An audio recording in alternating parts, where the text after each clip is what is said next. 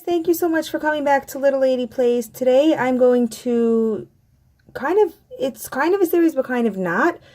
But before I get into the details, don't forget to subscribe and definitely head over to my Pinterest board because this is something you totally don't want to miss out on.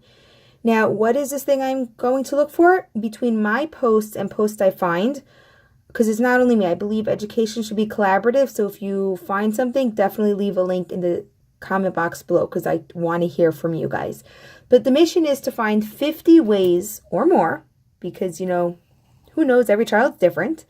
The goal is to find 50 or more ways to teach money through play. Now today, I'm going to introduce the order in which I teach money because I don't teach it the standard way. I know a lot of people do first the penny, then the nickel, oops, he's over there, then the dime, then the quarter, then the dollar. I don't. The first thing I actually do is dollar bills because you know what? I'm a realist. Kids know how to count. Dollars is a whole.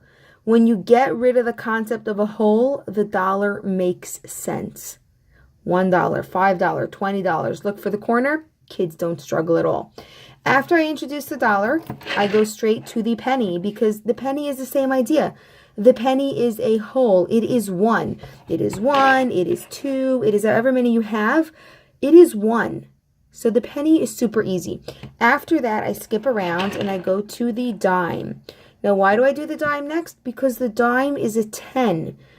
I've seen so many teachers introduce 1, 10. So if I first do the ones, then I do the tens, the pennies and the dimes actually fit into what the kids are learning.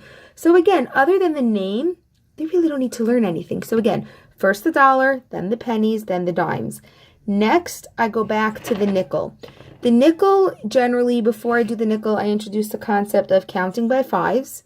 So 5, 10, 15, 20. And once I understand the concept of fives, then there's really no struggle with the nickel. And, we're good to go with the nickel. And the last one, of course, is the quarter. I find the quarter to be quite difficult because it is a mixture of tens and ones, and it's very hard to count. But I just want to point out a few things. When I introduce the quarter, I never, ever, ever tell the kids, oh, 2 quarters equal 50 cents. No. I'll tell you why. When you do math, what is 25 plus 25? Once they understand, and I actually have whiteboards everywhere. Oh my gosh, totally love whiteboards in my classroom, at home, whiteboards everywhere.